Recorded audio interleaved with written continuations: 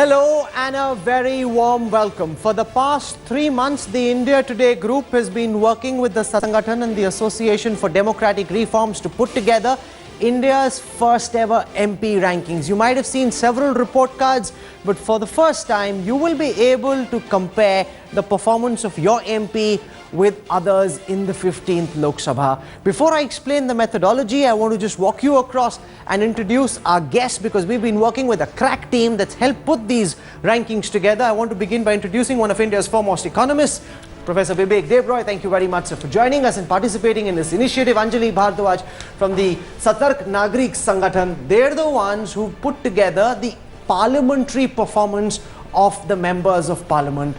Also a very respected person working in this space, heading the Association for Democratic Reforms, Professor Trilochan Shastri, a big name from IIM, now works in the public sector, public service sector. Thank you very much, sir, for joining us. Another top-ranking economist, Dr. Arvind Virmani. So it's great to have you with us on this program. I want to explain to our viewers just before we put these rankings out, because there will be a lot of buzz, there will be a lot of chatter, and there'll be controversy, there'll be questions asked. So we'll try and be as transparent in putting out the details about how these rankings have been compiled. Let me just go right back and explain to our viewers what the India Today group has done. We worked with two bodies, the Satark Nagrik Sangathan and the Association for Democratic Reforms, in putting these rankings together. There are rankings today only for 370 MPs. Why 370 and why not 543? That is because, just hold it for a moment, that is because all the members of parliament who are ministers do not need to sign in their attendance records. They do not get to ask questions. They need to reply to them, and therefore on the important criteria on which these members of parliament have been judged, the ministers need to be kept out. So anybody who's been a minister in the last 5 years is out of the purview of these rankings. What are the sort of things that are being looked at? The questions asked, the attendance of these members of parliament. Were they prompt? Were they regular in their attendance, or were they shamming? What about the standing committee's attendance? Remember, almost every member of parliament is in some standing committee or the other except 7. So how regular were they in attending the standing committee? That's the real work that parliament does beyond all the hangama that we see on television. Then another very important criteria, utilization of the MP funds. Of all the money that was allocated to them, approximately 19 crore, if someone was an MP for 5 years, how much of that money was used? That's the first part of this data, which is the data put together by the Satark Nagrik Sangathan. Then there is the perception index, based on a massive opinion poll carried out by Professor Trilochan Shastri and his colleagues at the ADR, which had a sample size of 2 lakhs respondents across 530 constituencies, which translates to about 500 respondents in every constituency. In this, people were asked about what their priorities are in elections, because is it the Ram Mandir, or is it development, is it jobs, is it growth? They were asked about their priorities, and then they were asked about whether in their area those priorities had been fulfilled or not. Then of course we put together last weekend our experts, which had Professor Vivek Debroy, we had Arvind Varmani, Surjit Balla, and they came up with a coefficient which takes into account and gives equal weight. I'm being completely transparent about how these rankings have been arrived. All three factors have been given equal weight, and that's how we came to the MP report card. I want to take the first report card on our screen right now, and we're starting with the report card for Rahul Gandhi, who has been a complete failure if his performance were to be looked at. He's the member of parliament from Amethi. In the last 5 years of the 15th Lok Sabha, Rahul Gandhi asked 0 questions. Not a single question was asked by Rahul Gandhi. His attendance in the parliament was very scratchy at about 43%. His attendance in the standing committees was an abysmal 14%. He clearly wasn't paying attention to his work in the standing committees, wasn't attending often. Of the money that had been allocated in the MP lads, he spent only 54%. His parliament scorecard, based on this data series, is 3.5 out of 10.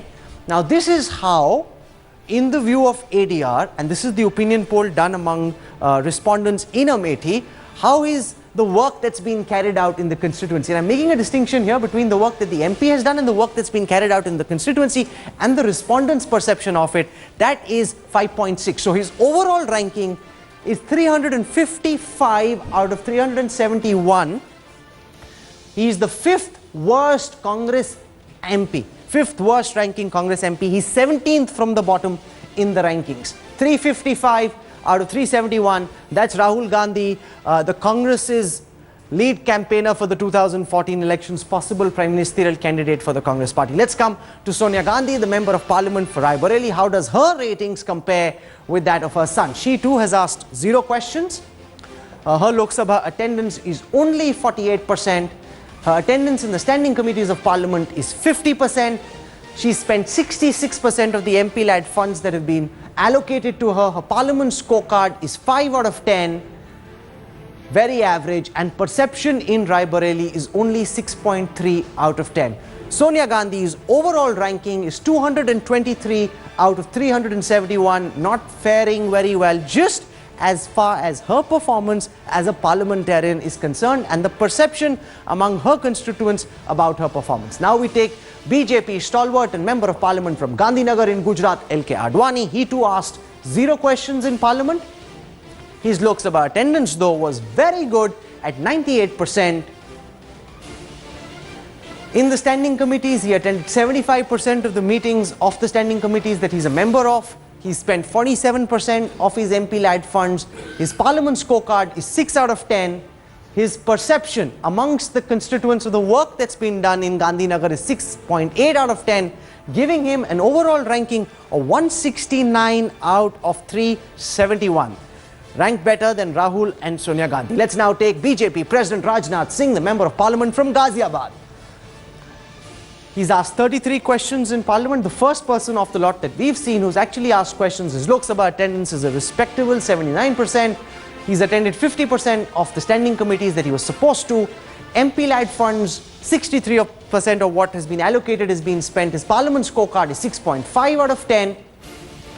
And his perception index is 4.5 out of 10, giving him a very bad, very abysmal overall ranking of 328 out of 371 MPs. Let me just go across to my guests, and there'll be plenty of data series we'll be looking at. We'll be looking at India's best parties, India's worst parties, India's best performing states, India's worst performing states, and we'll also look at the best MPs and the worst MPs, and hopefully we'll have some of them join us on our program. Rohit Saran, data geek, expert, helped us put this together. These rankings wouldn't have been possible without his help and guidance. Thank you, Rohit, for joining us. Why don't you begin by explaining to our viewers some of the caveats that have been built into putting these rankings together and why they're so important for voters to know just before elections. Right. So first biggest caveat is this is the first exercise of its own, thanks to the work of SNS and ADR. There hasn't been an exercise like that. So it should be seen as a first and definitely not the last initiative we'll be doing anymore. Second part is that, it's like I was looking at your numbers. I could be a student which has a very poor record of attendance in class. And my teachers may not be therefore thinking very highly of me, but I often score very well eventually. So if you look at Rahul Gandhi and Sonia Gandhi's performance, many viewers may wonder why their winnability is not proportional to their performance, and that doesn't mean that any of the things that has been built into the methodology and the data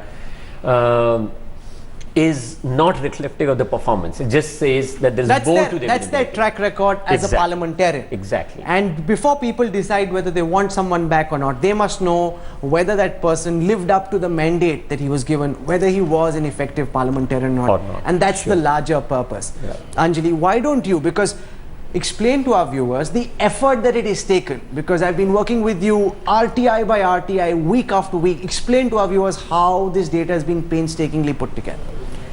Well, to begin with, Rahul, I think the purpose of this entire exercise is to give citizens information on the responsibilities of elected representatives and also about their performance over the time that they have been elected in their office. What we have been doing is using the Right to Information Act to access information on the performance of elected representatives on various parameters. One of So the each one requires a separate RTI. Yes, there are different right to information applications filed. There are government records and government So how many RTIs websites. did you file to put this together? There have been hundreds of RTIs that have been filed, and there have of course also information that has been accessed from government websites and government sources. And I think that the most important thing here is that the data is totally objective. What we felt, and the reason why we undertook this exercise, is that at any point in time, and especially before elections, there is a lot of information which is subjective in nature, which is floating around, and it's on the basis of that that people are finally left to taking decisions or even engaging with their elected representatives. What we feel is that objective information can be extremely meaningful in ensuring that there is a positive engagement of citizens with elected representatives. Absolutely. Citizens need to know whether MPs delivered or not. Professor Tilochan Shastri, I must also just explain to our viewers at this stage that you're seeing 371 MPs being ranked instead of more. That's also because the data for West Bengal is not in. That's because the ADR is being so diligent, they've actually asked for the entire field work to be done again. 250,000 respondents is a massive opinion poll. Explain to our viewers what was the larger purpose behind carrying out such a big scientific study. See, we've been working on trying to improve elections in democracy for 15 years. And so far we've been, if I may say so, doing something slightly negative, which is trying to point out the mistakes in elections and candidates. For and our viewers, criminal I must tell records. them that ADR is the body that does the criminal records of MPs, the educational records. ADR has assets. been compiling that for a very long time, and their assets, and that's an important part of the narrative now. We Yes. also work on the transparency of political parties and give out their information on their assets and incomes and so on. But we've been thinking that, you see, the people of this country, they have certain priorities. They have certain expectations from the government. What do they expect in terms of, you know, health, education, anti-terrorism, law and order, you know, jobs, infrastructure, garbage clearance, roads, and so on. So it's high time we started putting this out in the public domains, and the purpose is very simple: to persuade governments, whichever government comes into power, that this is the priority of the people of India, and let us as a government work on these priorities. So and what did you improve governance. find the priorities really were? Because a lot of people believe caste matters, the Ram temple matters, social welfare matters. What, according to you, sir, are the top priorities of the composite of these 250,000 respondents who were polled by you? You see, human life is very complex. So, you know, some of the factors you mentioned may be important in your personal life, but we are only talking about the expectation of people from the government, and the top 10 priorities are very clear.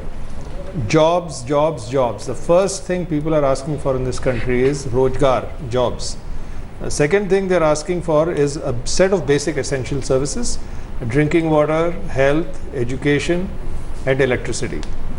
And then there are some infrastructural issues, which is like public transport. Jobs comes at the top. Jobs comes at the top. That's an important message. So people aren't necessarily looking for welfare or doles, they're looking for job creation, and that's the key finding from this data. Actually, subsidy was very low, if I remember. Subsidy Right at the was bottom. low. Yes. Right at the bottom. But you know, you have to delve into the data. For example, the rural poor actually gives some weightage to subsidy on food. Okay, so we've understood the two different sets of data being compiled by ADR and SNS, and I would like to add one more yes, thing sir, please to this. do.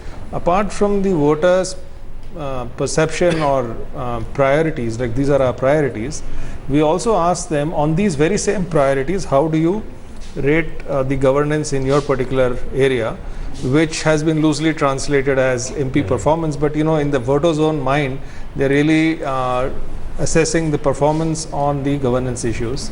But as far as voters are concerned, that's why they elect MPs. As far as voters are concerned, they want the MP to deliver development in his area, and if there hasn't been development, to some extent, that blame will lie on the MP's door. So the biggest finding there is there's a huge gap between the voters' priorities and the assessment of performance. There's a big gap. India is not happy with the quality of governance it is getting. And that is a message being sent out to all the MPs who've been watching. calling since the morning trying to find out what their report card really said, saying that, oh, my data has been updated on the website. I think you've got the old data. So Okay, that you'll just probably get reminded better me of data school now. and college. But Professor Bibek Debroy, just use this moment to explain to our viewers how these rankings have been put together, because you've got two completely disparate data series. You've got MP-led funds which you're looking at. How is this data being put together into a ranking? Well, we've got two sets of data essentially. One is a set of data which is a description of the state of the constituency. Let me put it like that. Citizens expect all kinds of things in the constituency. A MP only has a limited amount of impact. If this exercise continues over a period of time, for instance, had I had the state of the constituency in 2009, and had I known what the state of the constituency was in 2014, I would have known how much of a difference the MP has made to that. We don't have that. Simultaneously, we have the performance of the MP within Parliament. And the third little piece of the jigsaw that we have is the use of the MP lads, which is limited, of course, but the use of the MP lads that the MP has at his or her discretion to impact the constituency. What has been done in this exercise is to give equal weightage to all three, namely the state of the constituency as a cross-section slice at one point in time, the performance of the MP in Parliament, and the use of the MP lads to arrive at an overall ranking for all the 371 MPs. Okay. And I must tell our viewers that we had a very combustive meeting of experts when this think tank met, and at several instances I thought, I don't think we're getting a ranking at the end of all of this. It was Arvind Virmani who came up with the formula which ultimately led to these rankings being built together. How significant do you think these rankings are? Because there are several people who will question them on various parameters, saying that my job is to take care of my party. My job is not to ask questions. Rahul Gandhi can say, I'm rebuilding the Congress party. My job is not to ask questions. My job is not to attend standing committee meetings. What do you make of these rankings? So let me take it in two parts. One is to put this index in the context of other indices which we know of generally. Yes. And one is more specific to the following up on what Bibek said. So basically we have three categories here. One is the performance in Parliament, so to say, participation in Parliament. We talk about parliamentarians being lawmakers, right? So at part of those duties, what are they actually doing? How much attendance they have? So we are measuring their lawmaking participation. Now, next is the MP lad scheme. The argument for the MP lad scheme was the MPs argued that we don't have control over any resources, and we are expected to satisfy our constituents in these big parliamentary constituencies. So this fund was created. So clearly, you asked for it, you are going to use it to develop it. So this is one measure, which is a very valid measure of what you are actually doing with it. Of course, we don't get the full quality, but it's a good start. Yes, but I think we must admit over here that what you know is whether the money has been spent. Now, whether that money got spent, and I looked at some of the data entries on building fountains or making a statue or building a gymnasium, we don't know, but you're saying that this is a start. At least we know whether he's utilizing the money that he's been given or not. Absolutely. The next stage, of course, is to see some kind of the a quality of spending. measure. There must be a social audit of that. Yeah, some kind of a public goods. So we established. And finally, the final one, which is really you're measuring the attitude or the judgment of the constituents.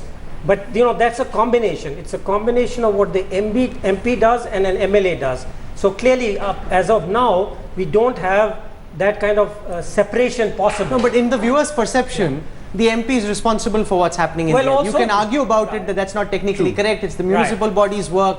It's the state government's work. I'm only saying when we are talking about representatives, it's also the MLA, right? Okay. You have 5 or whatever, 6 MLAs plus the MP, right? So we've established the ground for this data series.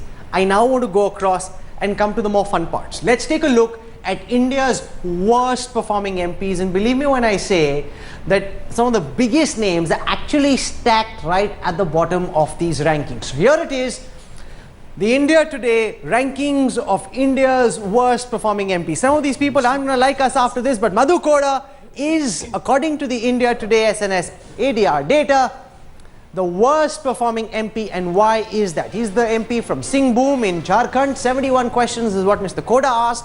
His Lok Sabha attendance was only 26%, but he also spent some time in jail, so you can hardly blame him.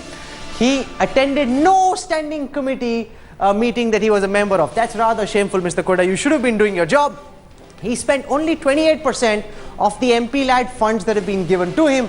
His parliament scorecard is an abysmal 3 on 10. His perception index, which is the way people in Singhbhum perceive his work, that again is very poor, giving Madhu Koda, independent MP from Singhbhum in Jharkhand, the worst ranking of 371 out of 371. He is India's lowest ranked MP. Right above him, Kalyan Singh, former Uttar Pradesh Chief Minister, BJP stalwart MP from Eta in Uttar Pradesh. He asked 0 questions in Parliament. His Lok Sabha attendance was scratchy at 50%.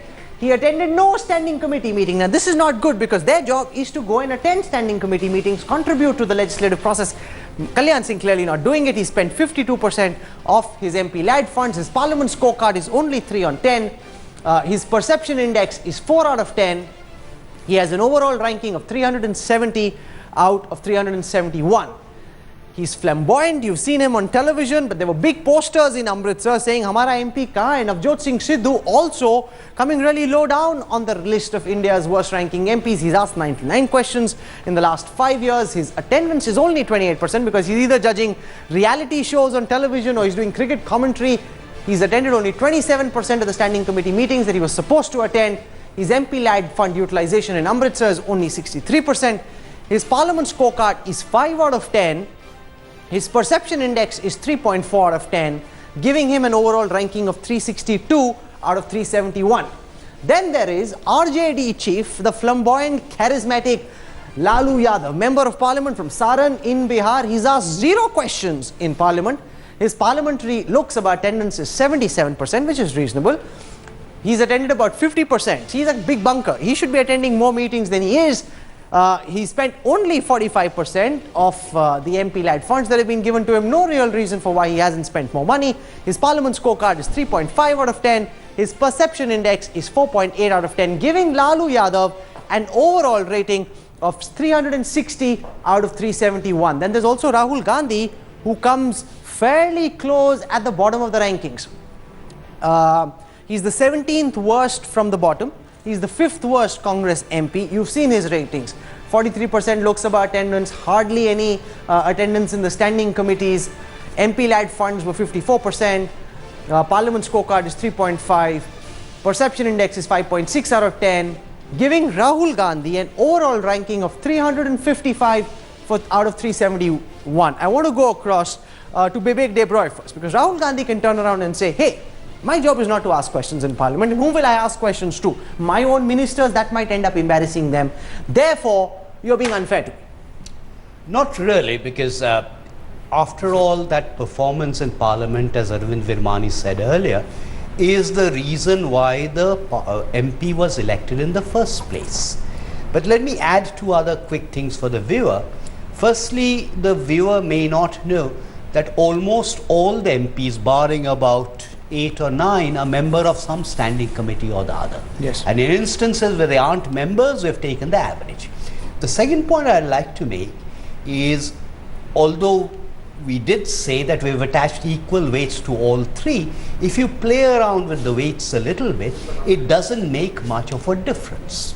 And the reason I'm flagging this is going back to something you said earlier, that one of the intentions behind this exercise was to eliminate subjectivity as much as is possible on our part. And you're going to put the data up, so anyone can scrutinize, play around with the weights a little bit, and if someone wants to place a lower weight on asking questions in parliament, he or she can try that out, and he will see that the rankings will not change substantially. Dr. Virmani?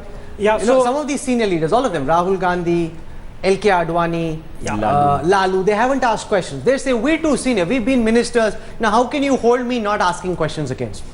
Well, you know, that's the whole point about having a number of factors. You know, how do we use such rankings? I won't go into details of the others, but the importance of these rankings is to draw attention to an issue, you know, and to look at the outliers really. You know, when you are somewhere in the middle, it really is very difficult to say this chap is good or bad, but if you're right on top, in the top, let's say 20, 30, or at the bottom 20, 30, it means there is something wrong. Either we should have a different criteria, and let's discuss that as a public, as citizens, but these things seems pretty reasonable to me, that if you're in parliament, then you have to participate in parliamentary activities. Now, if that person felt that questions is not my important thing, at least then standing committee is important, isn't it? You could have had 100% attendance or whatever. So at least it gives us a focus to discuss these issues, to see what is why important, be a member of a what is standing not committee important, if you're not going to attend it? Right. You know, that's a breach of faith. That's the job, that's the contract, and you must do your job, really. Anjali. No, absolutely. I think there is a reason why people go out and elect parliamentarians. The basic expectation is that they will attend parliament, they will raise issues of public importance, they will raise questions that impacts the public at large, they will attend standing committees. After all, we have seen the scenes in parliament that have occurred in the 15th Lok Sabha. The parliamentary standing committees actually provide a very sane forum for a lot of discussion on policies and laws to take place. It's their responsibility to go out and attend those meetings. Absolutely. And if Madhu Koda has fared abysmally on all parameters, he needs to be named, he needs to be shamed. If Kalyan Singh comes second from the bottom, he needs to know that. People in Eta need to know that. People across Uttar Pradesh need to know that, and everyone needs to know how badly Navjot Singh Sidhu and Lalu Yadav have done. And this is not, you know, Anjali is saying this, or Professor Trilochan Shastri is saying it, or Bibek Debroy is saying it. These are your own rankings as per your own work. So don't blame us for it. Look at your own report card, and next time if you get elected, work harder. I think that's the larger message. I want to introduce to our program at this time Gajanan Dharamshi Babar.